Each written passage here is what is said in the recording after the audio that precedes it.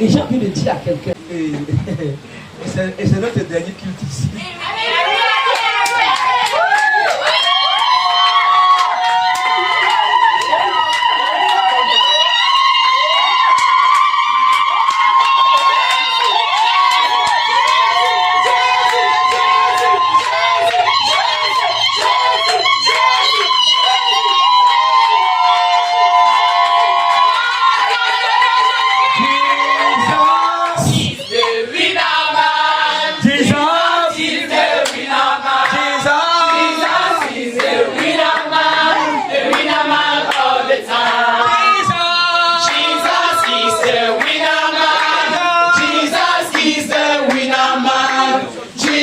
He's the winner man all the time. Jesus is the winner man. Jesus is the winner man. Jesus is the winner man. A winner man all the time. Pour ceux qui rataient les cours d'anglais. Ouais. Oh là là. Pour ceux qui rataient quoi? Le chien est très simple. Hein? Jésus est un grand vainqueur. Amen. Jésus est un champion. Jésus n'est pas puissant, il est tout puissant. Amen. Est-ce que tu comprends? Amen. Comme il est puissant, nous sommes puissants. Amen. Il dit ton Dieu t'ordonne d'être puissant. Amen. Tu dis ce chant-là, Jésus est un grand vainqueur. Jesus is a winner man. Jesus is a winner man. Jesus is a winner man. A winner man all the time. Jesus is the winner man. Jesus is the winner man. Jesus is the winner man. A winner man all the time.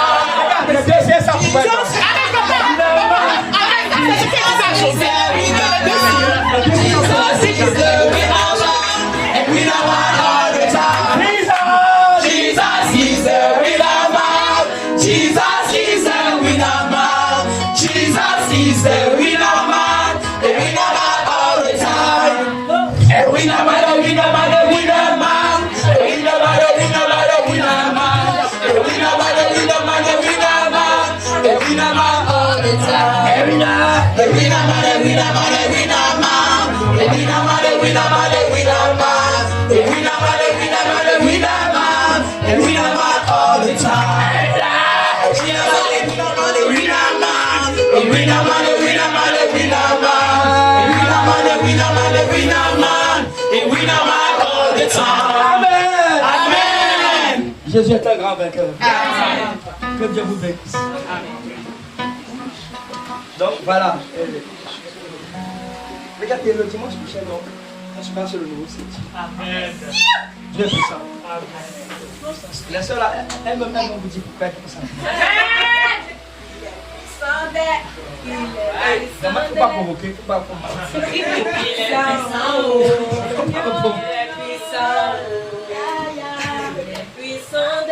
Somme 50, verset 23.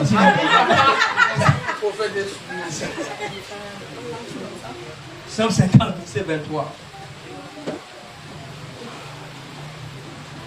Je veux donner un message simple, puissant. Les choses simples sont puissantes. On sait Dieu puissant. La Bible dit déjà celle 29 que Dieu a fait quoi? Dieu a créé les hommes. Mais ils ont cherché trop de détours, trop de complications. Hein? J'aime ce passage. Lis-moi d'abord le passage. Lis-moi ça d'abord. Je veux que tu me lis ça dans 2 ou 3 traductions. Il a même dit quelque part que Jésus est venu comme un simple homme. Mais on l'a pas vu. C'est pas simpliste. Oui. Simple, ça ne veut pas dire petit. Je fais de grandes choses, mais les faire simplement. Vas-y. 7, Ecclésiaste 7, verset 29.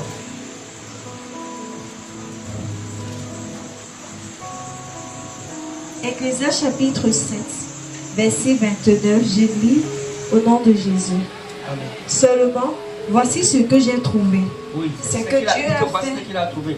Après toutes ces recherches.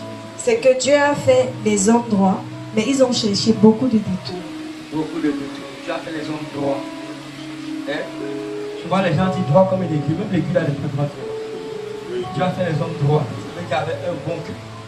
Mais les hommes, trop de détours. Trop de détours. Oui, tu Quelle est notre traduction? Parole de vie. Parole de vie. J'ai compris seulement que Oui. Dieu nous a donné un cœur simple. Dieu nous a donné À quoi? nous les humains. À nous les humains, oui.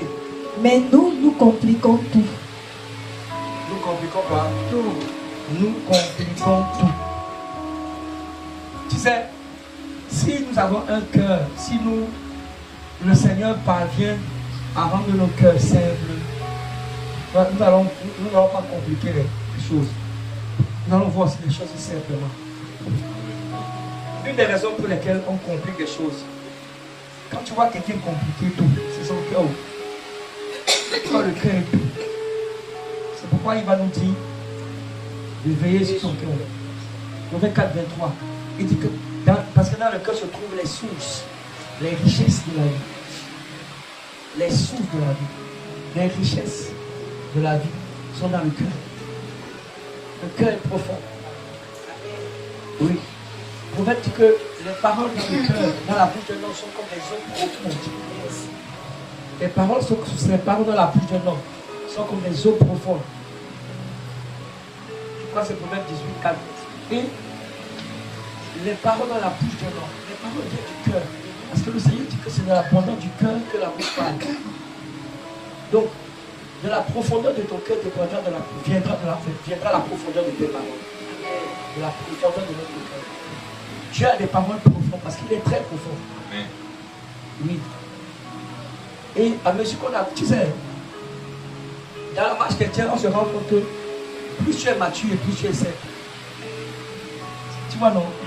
Plus tu es mature et plus tu es simple. Souvent, c'est les bébés, ils sont compliqués, ils veulent ceci, ils veulent cela, ils veulent ceci, ils veulent cela. C'est pourquoi ils vont vite grandir. Ne pas spirituellement. Dieu a créé les hommes simples. Là, ils ont cherché, ils ont tout compliqué. Il y a des gens plus compliqués. Tu me salues comme ça. Pourquoi tu m'as salué comme ça? Tu ne salues pas. Tu ne salues pas. Aujourd'hui, là, tu ne m'as pas salué. Oui. Ah, oui. Je comprends. C'est passé maintenant, tu fais là. C'est pourquoi tu me slow. Tu me slow. Alors qu'en vrai, tu ne l'as pas vu. Tu ne l'as vraiment pas vu. Oui. Pourquoi tu as piétiné mon pied? Oui. C'est-à-dire que des fois, tu entres dans le taxi. Hein? Tu vois quelqu'un qui s'assoit, tu te demandes pourquoi il achète pas sa voiture et puis il fait son show. Est-ce que tu comprends? Oui. Tu viens, tu le bâches, il ne veut pas qu'on le bâche, il a qu'à payer pour Dieu, place. Quelqu'un ne pas ce qu'il dit. Il s'est bâché, il s'est fâché encore. Et c'est lui qui prend toute la place. Les autres, tu vois là. Oui. Compliqué. Il faut être simple. Que quelqu'un soit simple. Sois simple. Quand tu es simple, tu es profond. Oui. Il y a des gens, quand ils deviennent serviteurs de Dieu, deviennent très compliqués. Ils pensent que c'est en mettant tout un arsenal autour d'eux qui veut dire qu'ils sont powerful. Ce n'est pas vrai. Jésus était simple. Il marchait avec 12 gars sans problème. Ils étaient là avec lui. Hein? La foule même était autour de lui. Au point même qu'il y a une femme qui a eu accès auprès de lui, même a touché son avis. Le super homme de Dieu qu'on a aujourd'hui, tu vas passer par où pour toucher son avis. Ils vont te projeter à tes distances. Maintenant, je ne dis pas qu'il ne faut pas la sécurité, il faut comprendre mon message. Les gens se comprennent. Tu as 100 personnes dans ton église, tu as 25 gardés de corps. Oui, j'ai entendu parler d'un autre là, lui, au moment même de donner les offrandes, on va chercher son porte-monnaie en libre. Il retire l'argent et il remet. On porte sa Bible, on porte ici. C'est trop compliqué tout ça. Oui. C'est quoi? J'ai dit c'est quoi? C'est le problème avec les chrétiens d'aujourd'hui, c'est que quand tu es trop simple aussi, il te plaît comme un homme faible. J'ai pas fort. Il te plaît comme un homme faible. Et vous aimez quand vous martyrisez. Peut-être je ne parle pas de toi. Quelqu'un n'a pas pu trouver la photo, quelqu'un qui t'a chemin. C'est ici aussi. Je connais les mystifier. Tu vois non? Vous créez des choses. On crée les longues distances. Voilà, une longue distance comme ça. Quand tu es un pasteur, c'est un berger. Il doit sentir ton odeur. il doit savoir quand tu pleures. Un berger, c'est ça, non, il se fout aux brebis. Il doit tout connaître. Connais bien tes brebis. Proverbe 23, afin de leur donner tes soins. Connais bien tes brebis. Donc fais attention aussi quand quelqu'un est trop simple. Quand tu vois que ton pasteur est trop simple. Tu es en danger, mais tu ne sais pas. Il faut être intelligent. Il faut être quoi? Intelligent. Oui. Dans le même temps, je ne crois pas que ce soit un bon leadership. Tu es un leader que tu diriges depuis 10 ans, tu ne connais pas sa maison. Je ne pense pas. Moi, je connais des leaders comme ça. Il ne connaît pas ta maison. Il est avec toi depuis 5 ans, depuis 7 ans, il ne sait même pas où tu habites. Je ne pense pas que ce soit un bon leadership. Parce que Jésus connaissait la maison de ses leaders. Mais un jour de ses leaders, Pierre n'est pas venu à l'église. Et il s'est rendu compte, à la fin, il est parti dans Marc chapitre 1. Et il s'est rendu compte que la belle-mère de Pierre était malade. C'est pour ça qu'il n'est pas venu. Il s'est déplacé, il est parti. Les autres se comprennent. Mais la génération d'aujourd'hui aime les leaders qui ne connaissent pas leur vie. C'est à ceux-là qui se donnent plus. Bon, fais-moi la page. Hein? C'est bon pour les disciples du pays, non? C'est bon pour la formation. Oui. C'est bon pour les dimanches aussi. Et certains dimanches, tu dois même les enseigner comme si tu enseignais les leaders. Parce que la vérité, c'est que les leaders, les disciples, c'est plus les mardis. Comme les mardis aussi, souvent, tu trouves. Non, je me dis. Les mardis, tu n'es jamais là. Tu penses que c'est. Les mardis, non, c'est pour les gens comme les Viviane, comme ça. C'est pas non.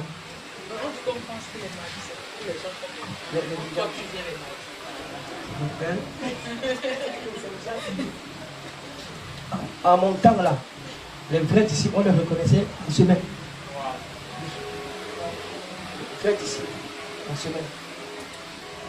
C'est cela, parce que en semaine, on va plus en profondeur. Maintenant, il y en a qui sont ici. Ils sont très loin, on peut comprendre ça. Ils ne peuvent pas être là. Et tout et tout. Encore que ça ne me pas une excuse. Je ne suis pas en train de t'excuser pour dire, merci papa comme je suis. Non, mon ami. On faisait des distances. On faisait, quand je me suis placé, j'ai montré comment je quittais pour partir à l'église. Et j'ai marché. Je marchais. Souvent, mon cœur pleure pour ces générations. Je dis ça souvent. Je faisais de longues distances. Quel transport. Je me rappelle, il y a une soeur qui est ici, qui était ici, elle était ici là, au lycée. Elle dit, papa, je n'ai pas le transport pour venir. Au lycée ici.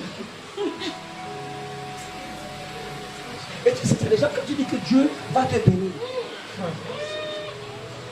Sauf que tu ne peux pas leur dire, Dieu ne va pas te bénir. Mais même si tu dis, Dieu ne va pas te bénir, même si tu dis, Dieu va te bénir, Dieu est fou. Il est fou. Il va te bénir pourquoi? Dis-moi, il va te bénir pourquoi? Hein? Il va juste te donner pour que tu manges, pour que tu le maudisses pas. Mais ce qu'on appelle bénédiction, il ne va pas te donner.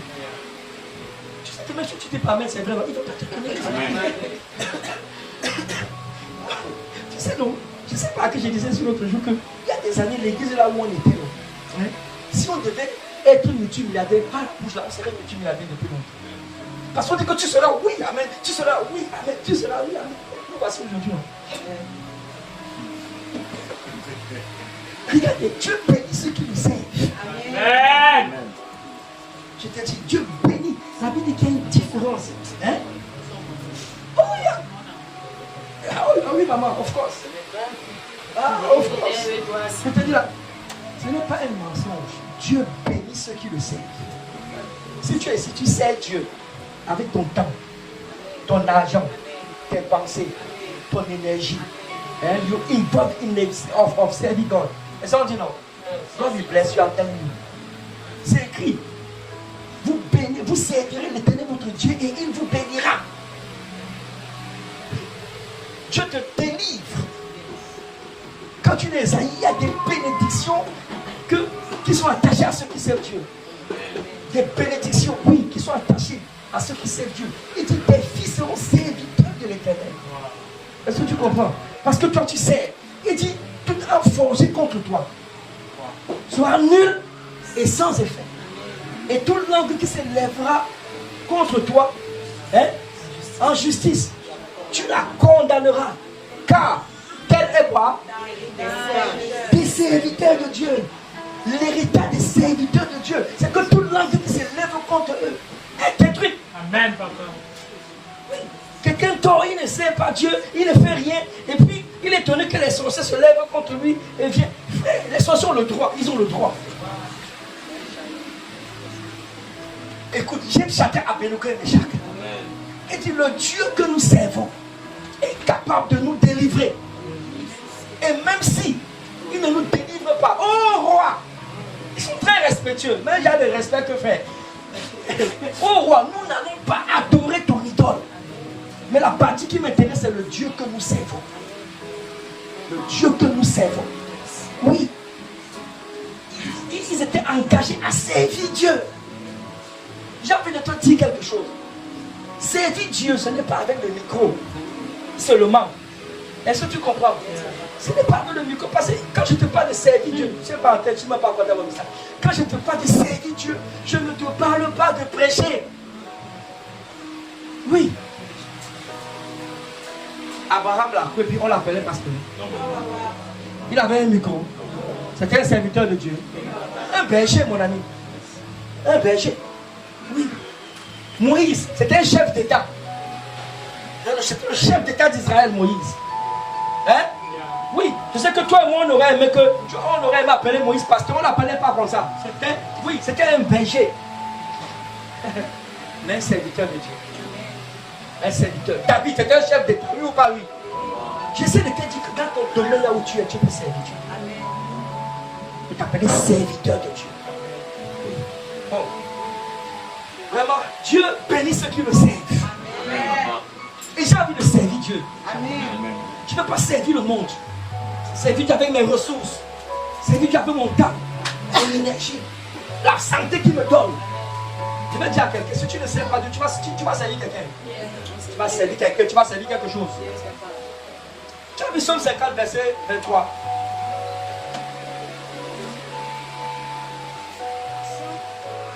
Somme chapitre 50, verset 23. Oui.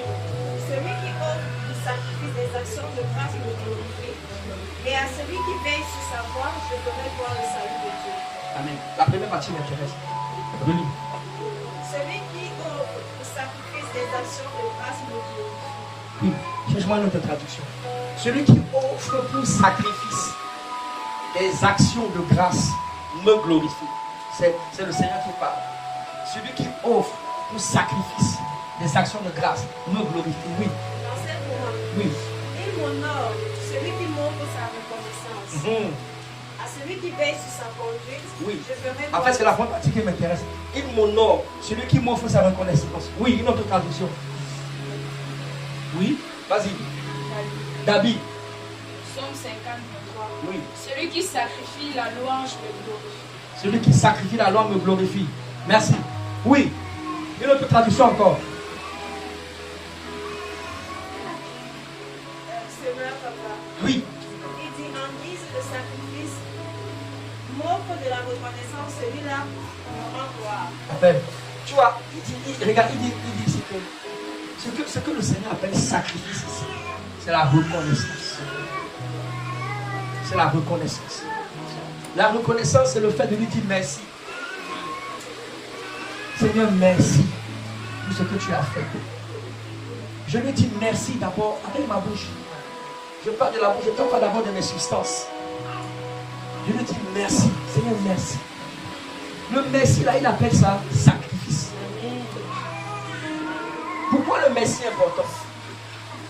Pourquoi l'action, celui qui m'offre pour sacrifice des actions de grâce? Le sacrifice, jeûner c'est un sacrifice. Prier la nuit c'est un sacrifice. Mais le Seigneur n'est pas en train de dire ici que, il n'est pas en train de dire que tout ça, dans ce passage, il n'est pas en train d'appeler ça sacrifice. Il est en train de dire que ici sacrifice, ça lui dit merci. Merci Seigneur. Ah oui. Tu m'as gardé en janvier. Février, mars, avril, mai, juin, juillet. Nous sommes en décembre. Et dans quelques heures, nous allons entrer en 2026.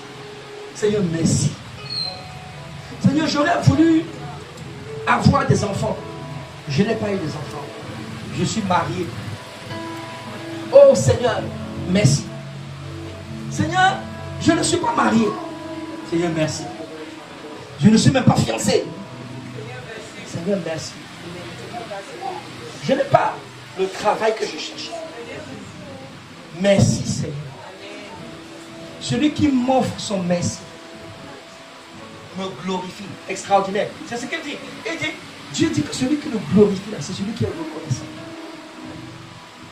C'est celui qui est reconnaissant. Seigneur, j'ai obtenu un travail, un nouveau travail. Seigneur, merci. Merci Seigneur.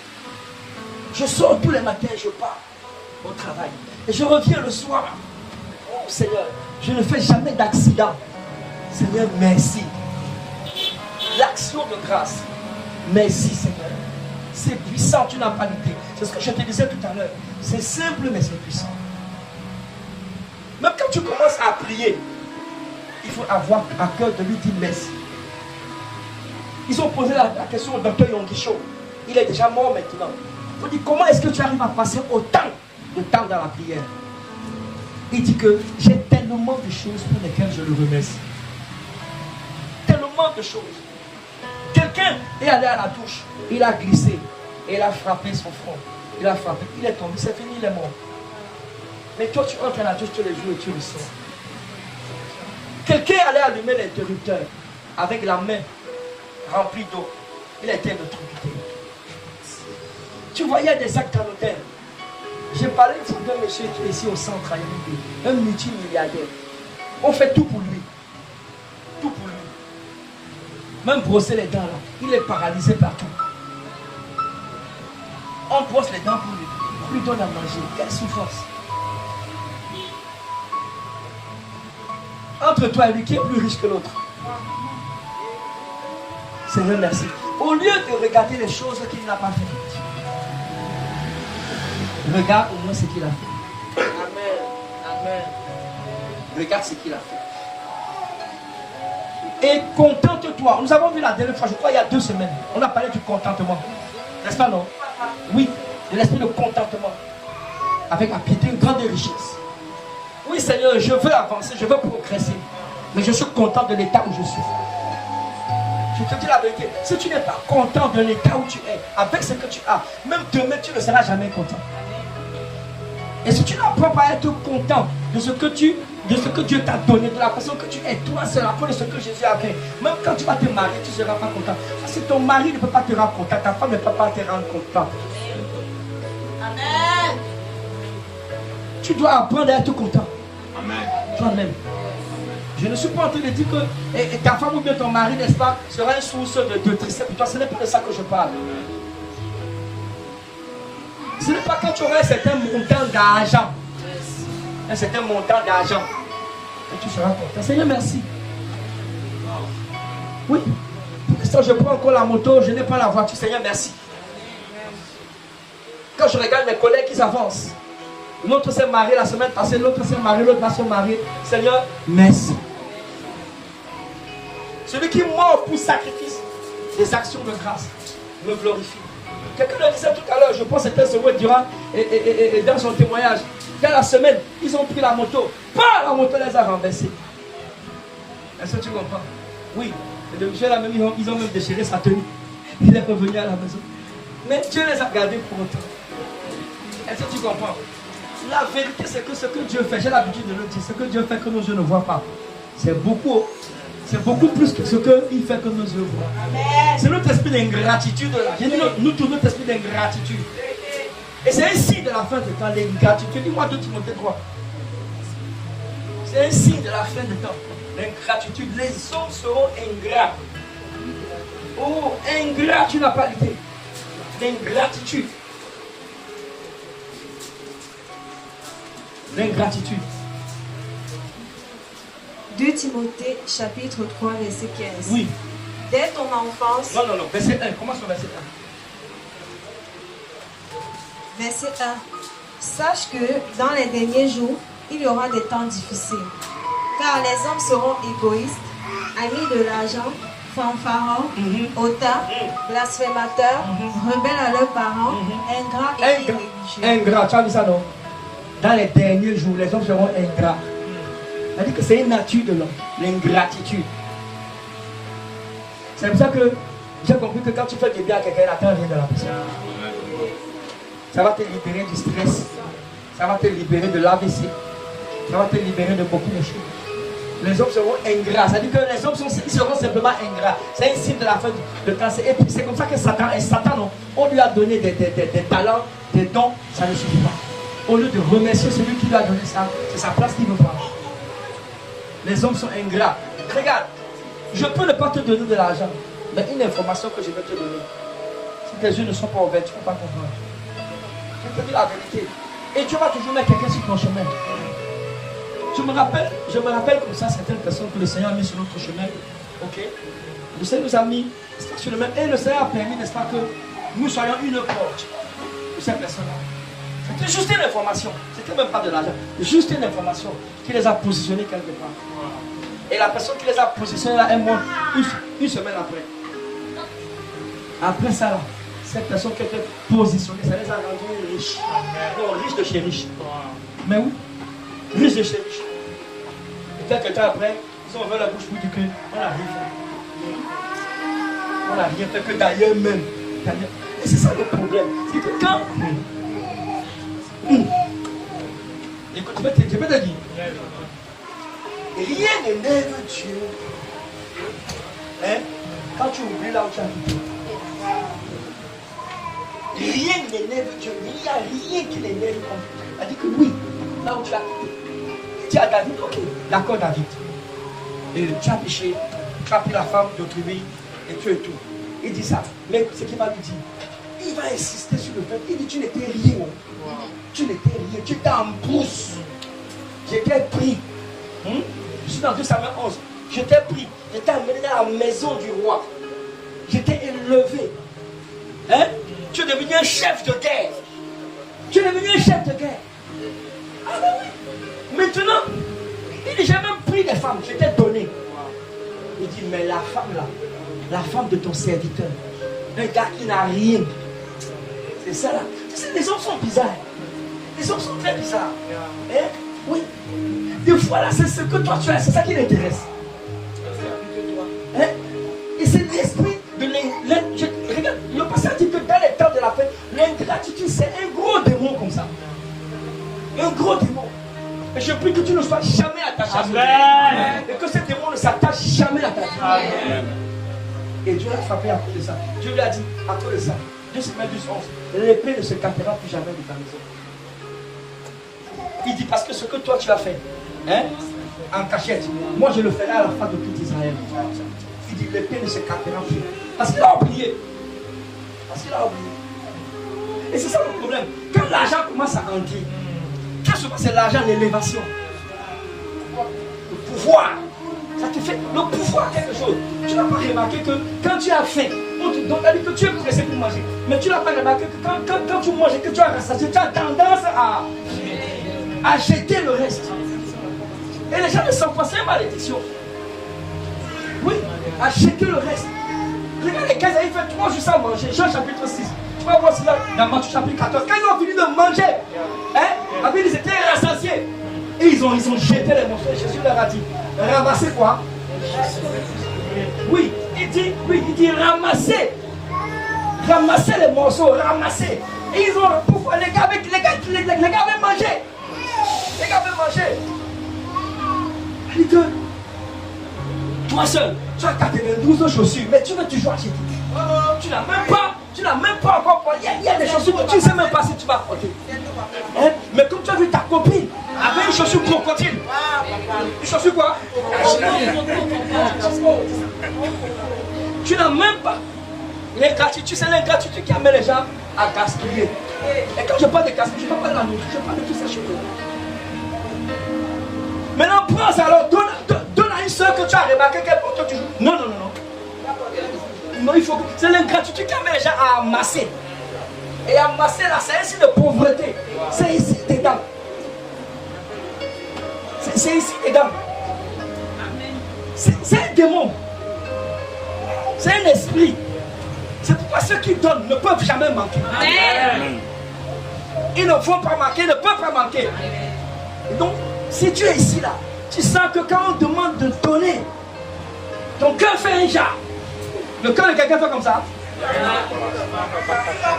Oui, tu penses que quand tu vas lever la main, on va dire que nous tous on était comme ça. Quand il s'agit de donner, il y a des gens, tu vas entendre leur passage, tu vas entendre des critiques de leur bouche. Ah, ici on donne trop. Frère, on donne trop. Merci ma fille. Regarde, la maison de Dieu va toujours la construire. Tu l'as construit. Je disais à maman ce matin, Dieu va te bénir. Amen. Dieu va te bénir parce que tu construis la maison de Dieu. Amen. C'est parce qu'il n'est pas envie de dire certaines choses. Non, je ne le dis pas.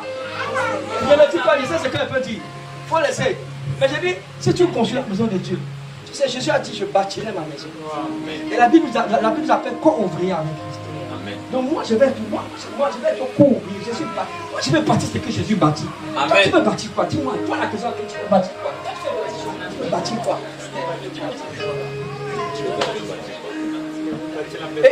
Et tu me connais jusqu'à demain matin, je ne parle pas de ton argent, que c'est mon argent.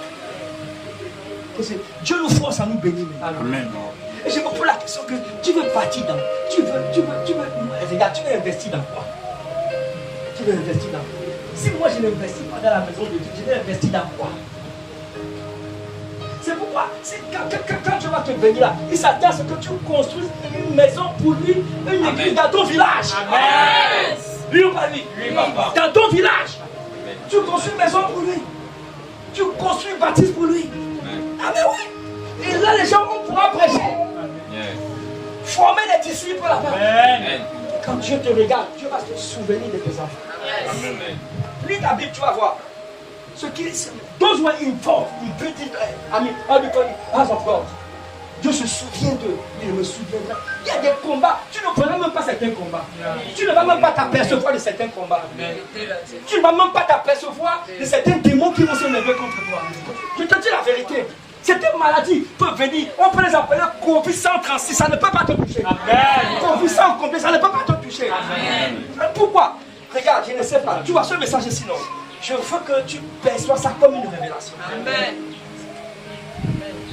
Qu'il y a une santé qui est attachée à ceux qui servent Dieu. Amen. Il y a une santé. Peut-être tu devais mourir à 120 ans. Mais comme tu ne sais pas Dieu, frère, tu peux mourir à 60 ans. Je te dis la vérité, que 120 ans, donc ta vie est coupée en deux. Oui. Pourquoi tu seras malade alors que ton corps est attaché à servir Dieu? Il dit ma fille là, son corps est attaché à me servir. Amen. Donc je vais lui donner la santé. Amen. Tu n'iras jamais. Écoute-moi, j'ai vu des gens qui sont malades tout le temps. Qui sont malades tout le temps. S'ils ne sont pas malades, leurs enfants sont malades tout le temps. Oui. Et quand ils arrivent à la pharmacie, le pharmacien dit voilà mon client. Comment toi tu peux créer dans une pharmacie? Pour la question, mon client, moi je ne serai jamais client dans une pharmacie. Jamais. Donc voilà notre client. Voilà. Mais il y a longtemps, c'est une malédiction. Que ton médecin dit voilà mon malade. Il est fou. Voilà mon malade. Je te dis que quand tu es attaché à servir Dieu, il y a des grâces qui te poursuivent. Amen. Quelqu'un va quitter de quelque part. Amen. Dieu, à cause de toi, là, il ne va pas dormir. Amen. À cause de toi, il ne va pas dormir. Amen. Je te dis la vérité. Et tu es étonné, quelqu'un te construit une belle maison, un beau château quelque part. Ce qui ne sait pas, il ne va jamais entrer là-bas. Et un ange vient lui dire, regarde, la maison, c'est pas pour toi. Je ne parle pas au hasard. Ça va arriver à quelqu'un. Amen. En commençant par moi. Amen. Je te dis la vérité. I'm telling you. Regarde, c'est Dieu. C'est Dieu avec ton énergie. Avec tes pensées. Amen. Et la Bible dit, ceux qui s'aiment avec quoi? Avec l'âme. Ils vont faire quoi? Avec les chants d'allégresse. Regarde, les chants d'allégresse, c'est pas seulement les chants. C'est pas l'allégresse. Tu ris en pleurant. Ils sont au-delà de la joie. Ils sont au-delà de la joie. Regarde. Est-ce que tu sais que c'est un privilège If God say you are my servant, tu es servant de Oh, Dieu. yes. C'est un Amen. privilège. Tu parles de quoi? Tu es servant de Dieu.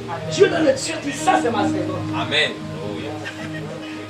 Je ne sais pas comment tu comprends ça, être serviteur de Dieu. Ah mais oui. Si tu vois ceux qui ne comprennent pas ça, disent moi je ne veux pas servir Dieu. Crois-moi, ils n'ont rien compris. Moi je ne veux pas servir Dieu. Bon, tu veux servir qui? Tu veux servir qui? Pharaon. Tu veux servir le monde? Moi je veux servir Dieu. Amen. Je veux servir le Dieu d'Israël. Amen. Je veux servir le Dieu de Jésus. Amen. C'est lui que moi je veux servir. Amen. Ah ben oui. Oh, yes. Servir Dieu. Yes. Jusqu'à j'entendais la tombe comme ça là, j'aurais le micro dans ma main. Amen, papa. J'aurais le micro dans ma main. Écoute-moi. You are not losing time at all. Amen. On a parlé, j'ai prêché ici la dernière fois. Et comment tu appelles la dame qui était restée près de 80 ans dans le temple là? Anne, elle a servi Dieu dans le jeûne et dans la prière. Amen. Elle a servi Dieu dans le jeûne et dans la prière. Amen. Mais quel service? Amen. Un projet? Non. Elle servait Dieu dans le jeûne et dans la prière. Amen. Il y a des gens qui sont engagés à servir Dieu. Leurs genoux, tu comprends non? Oh là là, sont au sol parce qu'ils prient pour l'église. Amen. Oui, ils prient pour le ministère où ils sont. Le premier service, ce que Dieu appelle service, c'est d'abord la prière. Amen. C'est d'abord la prière. C'est pas prêcher d'abord. C'est d'abord, à chapitre 6, c'est la prière d'abord. Est-ce que tu comprends? À chapitre 1, il servait Dieu en jeûnant et en priant.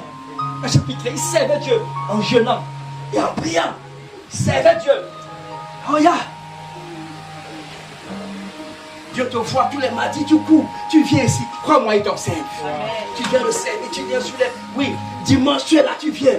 Jeudi, les intercesseurs, tu es là.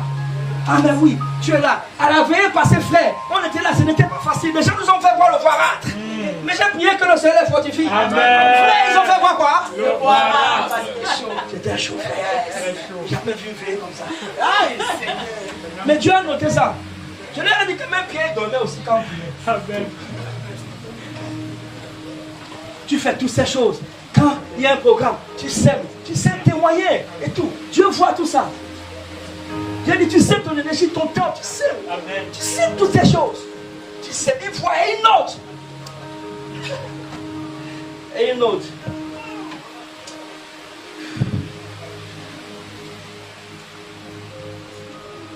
Et donc je prie que l'esprit de l'ingratitude quitte nos cœurs.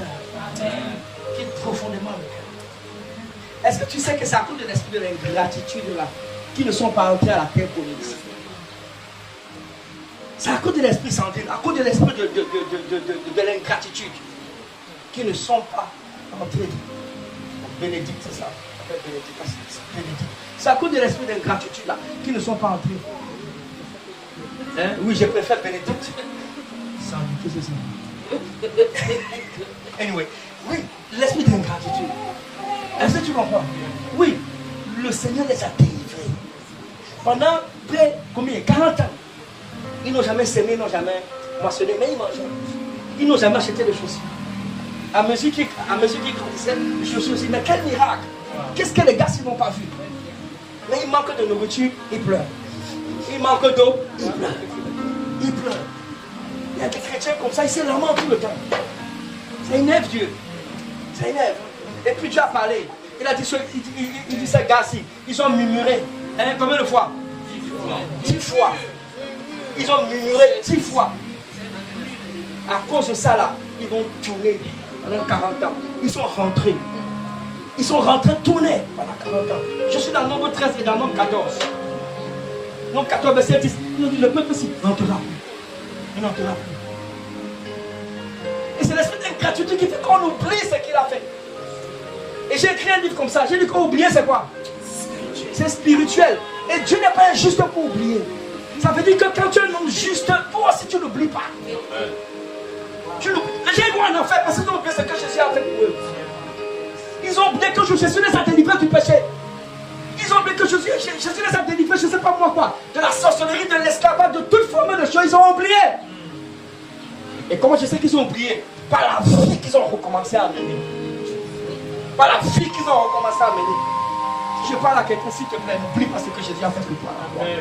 N'oublie pas. C'est pour ça que l'apôtre Paul a écrit dans 1 Corinthiens que je vous rappelle l'évangile. Pourquoi? Pourquoi il rappelle? Parce que les gens oublient. Les gens oublient.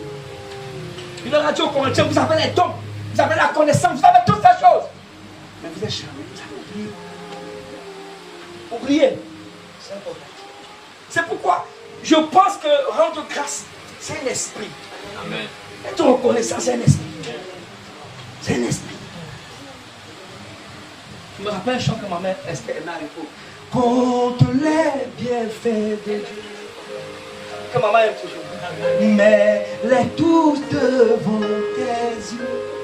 Tu verras qu'en adorant, combien le nom va naître. Compte les bienfaits, compte les bienfaits.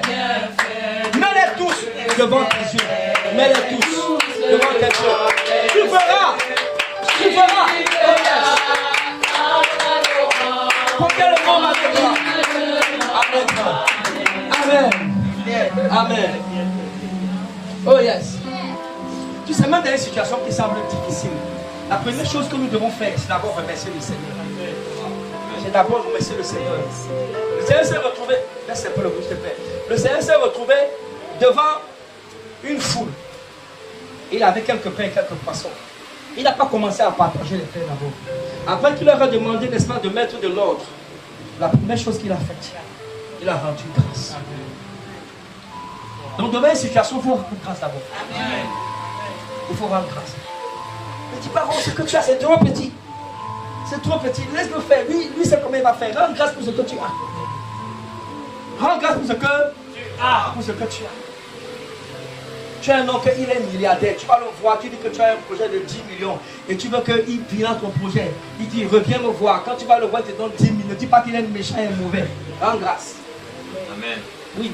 Et puis de 5 000 personnes, il a pris quelques pains et poissons, il a rendu grâce. Il n'a pas dit, monsieur quoi, non, rends grâce. Il y a quelque chose dans le fait de dire merci. Le peu que tu as. Je ne sais pas si quelqu'un le veut. Rends grâce. Rends grâce. Même si tu te sens malade en ce moment, il y a eu des moments où tu étais en très bonne santé. Rends grâce pour ces moments-là. Rends grâce pour ces moments. Oh yeah. Dis-moi, 1 Thessaloniciens 5, le verset 18. Il nous demande de dire merci à Dieu pour toujours. Dis-moi, c'est une parole de vie. Et quand on va me dire, c'est une autre parole de vie. 1 Thessaloniciens 5, 18. Quelqu'un va me regarder, 1 Ephésiens 5, 20. Oui. 1 Thessaloniciens 5, le verset 18.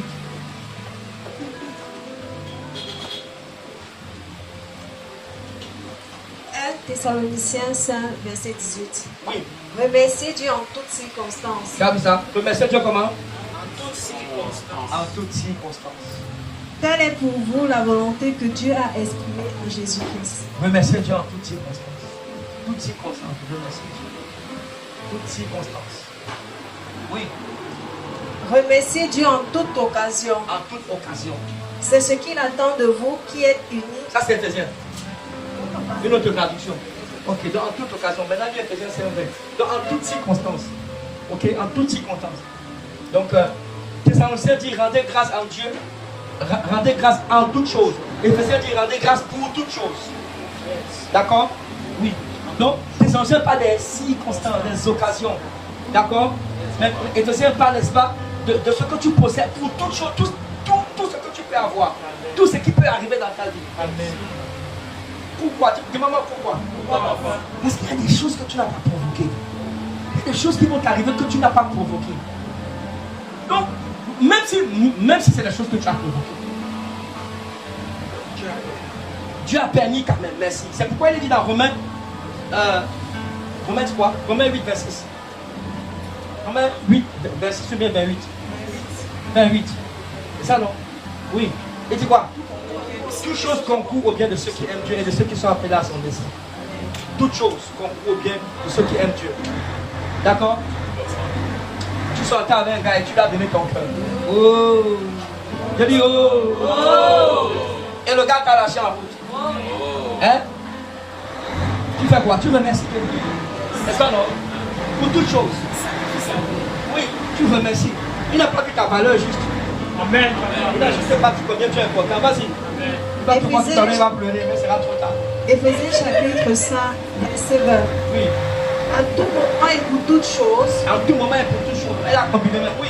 vous remercierez Dieu le Père au nom de notre Seigneur Jésus-Christ. Voilà. En tout moment et pour toutes choses. Regarde Michel. Quand tu as cette attitude-là, tu es free. Amen. Tu es libéré. Amen. Le diable ne peut pas te prendre quelque part. Amen, papa. Là, il pense qu'il peut te prendre. Regarde, Josph, il ne peut pas. Hein? Là, il pense que tu seras triste, tu vas pleurer. Dès que quelque chose t'arrive, on t'achète une semaine. Parce que la joie de l'éternel est ta force. Amen. Toutes choses. Et en toute occasion. À tout moment. Hein? Yes. C'est à votre égard la volonté de Dieu. Ah, pourquoi cette situation aussi à quoi arriver comme ça? Ah, au lieu de t'inquiéter, tu remercies le Seigneur pour toutes choses. Et je repère, il y a des choses que tu ne provoques pas. Oh yes. Tu vois, on ne va pas dire ça. Dans Luc 17, le Seigneur a guéri certaines personnes. Ils étaient 10, non? Ils étaient 10. Et parmi les 10 là, c'était tous des lépreux. Et parmi ces 10, il y a un seul qui est revenu. Il y a un seul qui est revenu. Et le Seigneur va poser la question. Et les 9 autres, hein, n'ont-ils pas été guéris? N'ont-ils pas été guéris? Hein? Sur 10, c'est un seul pour te montrer, hein, l'ingratitude de l'homme. Pour te dire que beaucoup de gens sont ingrats. Hein? Beaucoup de gens sont ingrats. Sur 10 comme ça, c'est un seul. Tu vois, non? Je ne sais pas les 9 là, c'est qu'il est. Vraiment, je ne sais même pas. Oh, et puis quoi encore? Bon, on a autre chose à faire. La première chose à faire, c'est de dire merci à Dieu. Amen. C'est pas qu'on a autre chose à faire. Autre chose à faire. La première chose à faire, c'est de dire merci à Dieu. Quand il t'a délivré, quand il t'a libéré, la première chose à faire, c'est la priorité.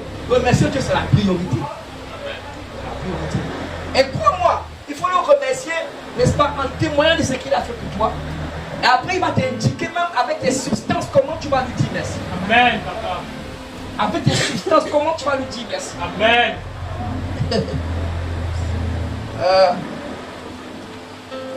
Parce qu'il y en a qui aiment juste dire merci avec leur bouche. C'est-à-dire, quand je dis ça, il y en a qui l'amènent et je ne suis pas surpris. Tu sais, non? Je ne suis pas surpris. Il y en a qui aiment juste dire merci avec leur bouche. Il y en a qui disent Amen. Amen. Il y en a qui aiment juste dire merci avec leur bouche. Amen. On dit merci avec la substance. Amen. Ah mais oui, c'est très important. Je veux que tu me lises Proverbe 17, verset 13. Proverbe 17, le verset. Dieu aime l'action de grâce.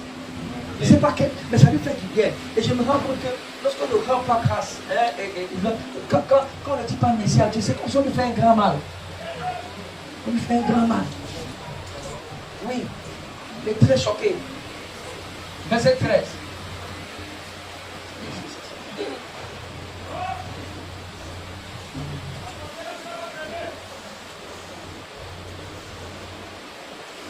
Tu as vu ça ou pas? Vas-y. Proverbe 17, verset 13. De celui qui rend le mal pour le bien. Tu as vu ça? Le De mal. celui qui rend le mal pour le bien. Il y a des gens qui rendent le mal pourquoi? Maintenant, regarde ce qui peut leur arriver. Vas-y. De celui qui rend le mal pour le bien, le mal ne quittera point la maison. Le mal ne quittera point sa maison. Quand tu rends le mal, hein, on t'a fait du bien. Et toi, tu rends le mal. Regarde, le mal ne te quittera jamais. Le mal sera attaché à toi, attaché à tes enfants, attaché à ta descendance, le mal. Parce qu'on t'a fait du bien. Et toi, tu as rendu le mal par le bien. Pas le mal. Tu as rendu le bien par le mal. Ça veut dire que tu dois faire attention à ce genre de paroles. Tu dois faire attention. Il y a des gens, même si tu les maudis pas, la malédiction va les suivre. La malédiction va les suivre. Oui. Même si Noé n'avait pas ouvert sa bouche pour maudire son fils, il serait maudit. Son père l'a mis au monde. Et il s'est moqué de lui. Est-ce que tu comprends? Il s'est moqué. La malédiction l'a suivi lui et sa descendance.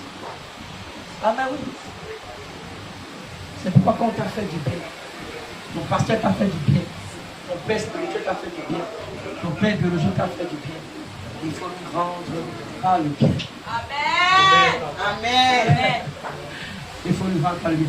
Et puis même, il y a certaines personnes à qui tu te dois éternellement. Yes, papa. Amen.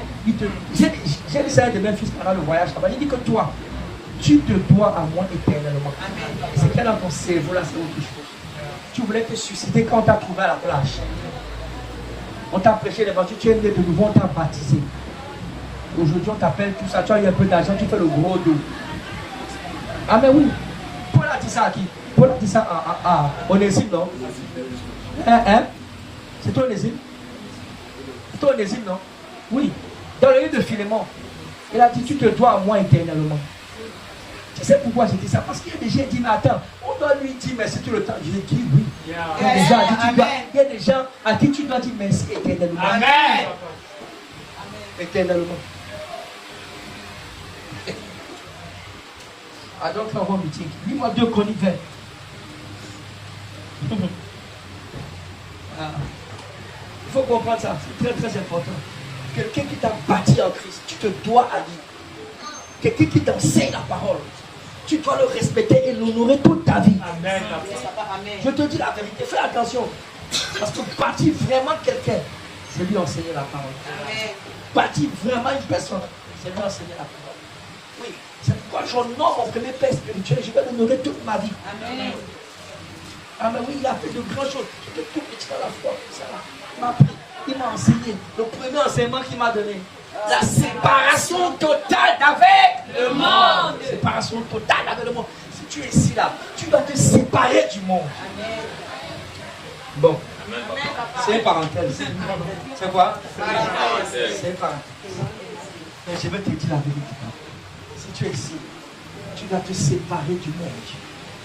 Et des choses qui sont dans le monde. Quand on est un chrétien, on est dans la lumière. On est dans la lumière. Quand les gens te regardent, ils doivent savoir. Ils doivent have to assume. Ils doivent imaginer si tu es chrétien ou pas. Ils doivent savoir que tu es chrétien à cause de tes actes. Et parce que tu parles, pas seulement de tes actes, parce que tu parles et tu témoignes de Jésus. Certaines personnes, tu sais, quelqu'un a fait un rêve. Et c'est un rêve malheureusement vrai. Vrai dans quel sens? C'est une dame. Elle a rêvé. Et dans son rêve, est-ce qu'on est ensemble? Elle était dans un quartier. Elle vivait d'une manière désordonnée. Elle vivait d'une manière désordonnée. Et maintenant, elle a rêvé. Et dans ce rêve-là, elle a vu une soeur, une fille qui était en enfer. Sa voisine qui était en enfer. Et subitement, et sa voisine qui était en enfer, comme ça, elle lui parlait, elle lui disait que toi, tu étais chrétien. Qui connaît l'histoire là? Toi, tu étais chrétien. Tu ne me parlais jamais de Jésus. Tu ne me parlais jamais de Jésus. Est-ce que tu comprends? Elle est chrétienne. Tu ne me parlais jamais de Jésus. Maintenant, voici, je suis dans le feu. C'est fini. Tu savais que j'étais dans le péché. Tu savais que je vivais dans le désordre.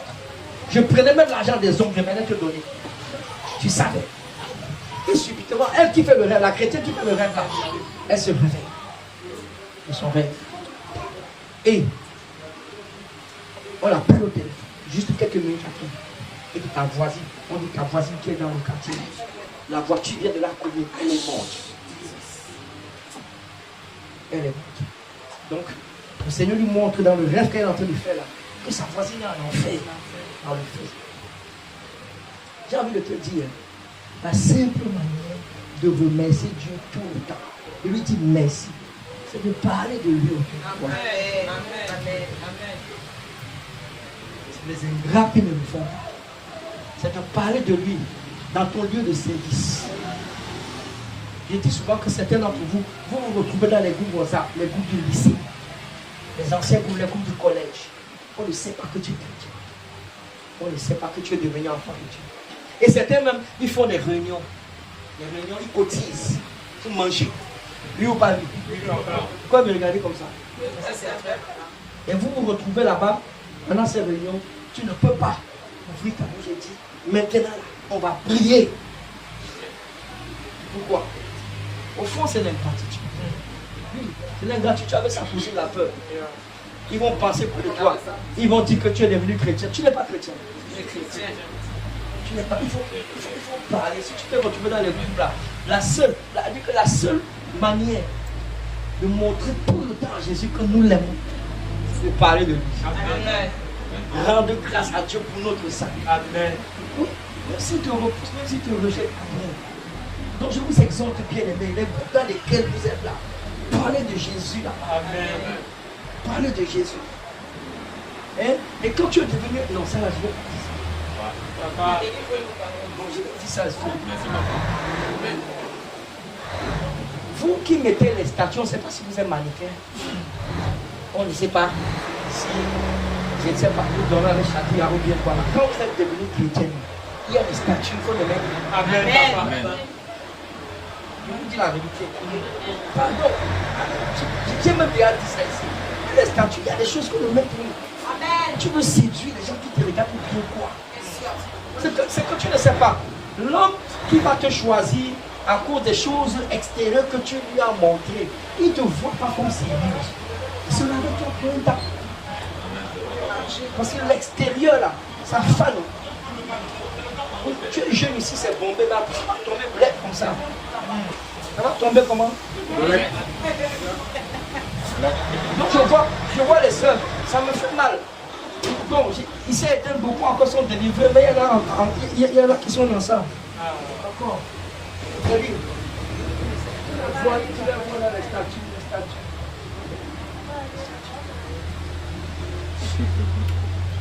Elle tourne la langue, ça monte, ça descend. C'est quoi ça? Et bien, elle poste ça au monde entier. Je ne la juge pas, je ne la condamne pas, mais je dis que ça ne se fait pas parce que, en fait, c'est l'état de ton cœur. Quand tu as un cœur pur, il y a des choses que tu ne vas pas faire. Il y a des choses que tu ne vas pas faire. Oui, j'ai eu un statut comme ça dans la semaine, mais pas possible. Mais simplement pas possible. Donc, s'il vous plaît, si tu fais les choses comme ça, on te demande où tu vas à l'église, ne dis pas que tu viens à l'église. Ne dis pas que tu vas où. Dis que ton église est quelque part avec le commissariat.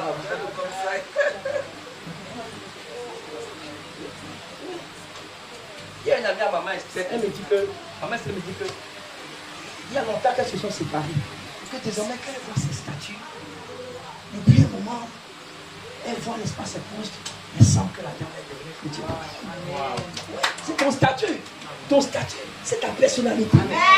C'est qui tu es devenu. C'est qui tu es devenu. C'est toi même honte de publier, de partager les choses de l'église. Il ne faut pas que les gens voient que toi aussi tu es entré dans les choses là. Dis-moi deux derniers passages et puis on va. Le monde entier n'a qu'à savoir que je suis devenu chrétien. Amen, papa. 2 Chroniques 20. 2 Chroniques 20. 2 Chroniques 20, lis-moi partie. Non, laisse. Lis-moi plutôt 2 Chroniques 32. 2 Chroniques 32.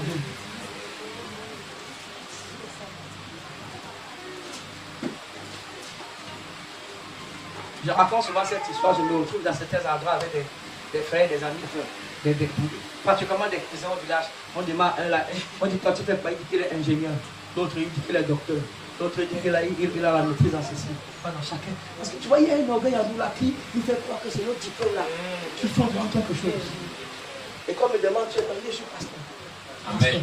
Amen. Il dit quoi? Il dit oui, pasteur. Tu n'as pas compris.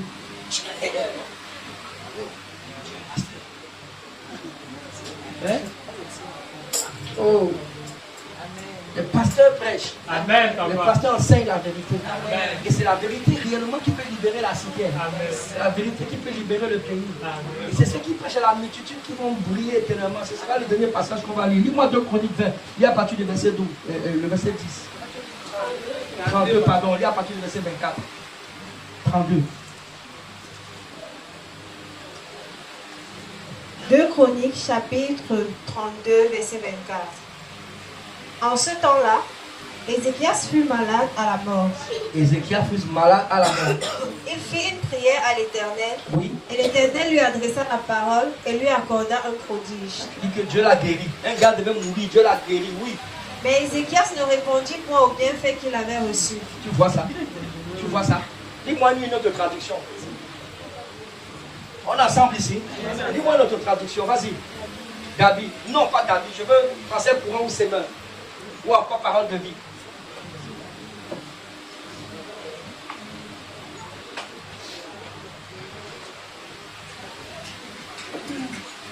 Oui.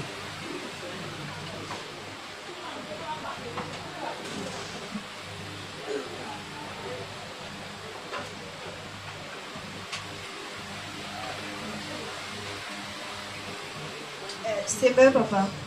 À cette époque, Ézéchias tomba très gravement malade. Très gravement malade. Ça veut dire qu'il devait mourir. Il pria l'Éternel qui lui donna un signe prodigieux. Ça veut dire que Dieu l'a guéri. Mais Ézéchias ne se conduisit pas ensuite d'une manière qui marque sa reconnaissance pour cela. Tu as vu ça?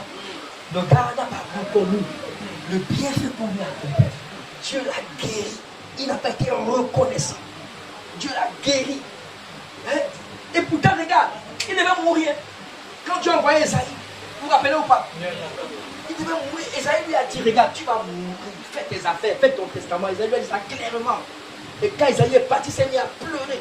C'est Esaïe ou bien Élie? C'est Esaïe, non?